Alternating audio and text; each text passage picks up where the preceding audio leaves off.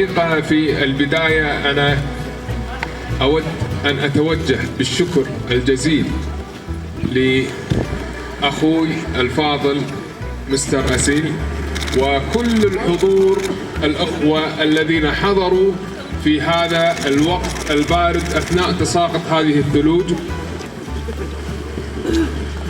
Birinciden barınızga Allah'ın ırayımı jana salam olsun. Andan keyin ekинчиден ушул Асылбек Шариповичке рахматымды айтып кетет элем дейт. Ушунун баарын уюштуруп жана ушул соокка карабай келген силерге дагы чоң рахмат.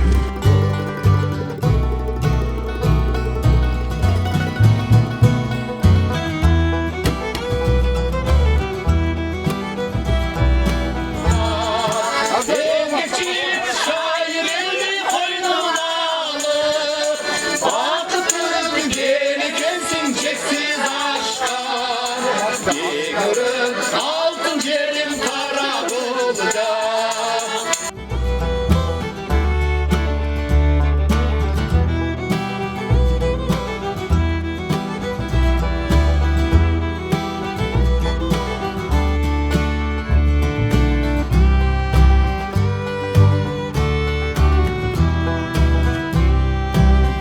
Bugün abdan kuvанычтуу күн болуп атат.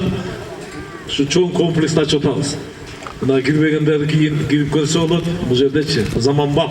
Kuday buyursa. Buna oku jayı bu jer. Mektepke çeyinki balдар bu jerde okuydu Kuday buyursa. Al jakta Pıtuğu'da kesiplik liseyge jatakana zaman bak. Kesiplik liseye gelgen kız balдар tigүүчү kesipke eğe olsun dep bu yerde 80 orunduk tigүүчү цех açıldı bu jerde.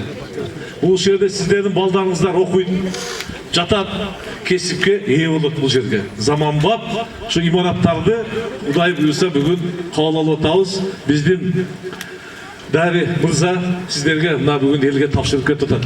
Bu жерде пекарный цех, хлеб заводундай жерде açылып атат. Zaman bap, Türk memleketinden жабдуулар алып келинген bu жерде. Isık nan жейсиздер Kuday buyursa. Anam bu жақта мечит менен медресе bu жерге. Ушунун бардыгы сиздердин суранышыңыздар менен, ушу шайлоочу сиздер эл талабыңыздар менен ачылып атат. Мен ушул жерде биринчи иретте ушу Дари Мырзага, анан бул киши менен чогуу Куweitте калган ушу спонсорлорго чоң ыраазычылык билдирип кетем. Сиздердин атыңыздан, аны өзүмдүн атыман чоң рахмат. Аллах разы болсун.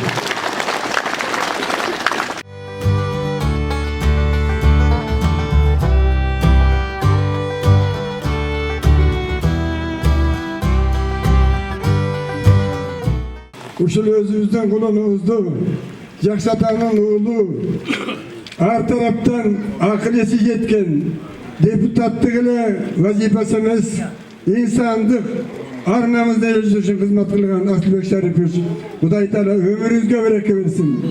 Иманыңыз бекем болсун, ден соолугуңуз чың болсун. Улук туугандарыңыз менен, жалпы кыргыз эли менен каракулчалыктардын батасы дайым өзүңүзгө жана өзү жактырга тийсин. Бар болуңуз, оорубас сыркабарыңыз, өмүрүңүзгө береке, тилек матаңга жетиңиз. Амин. Аллаху экбар.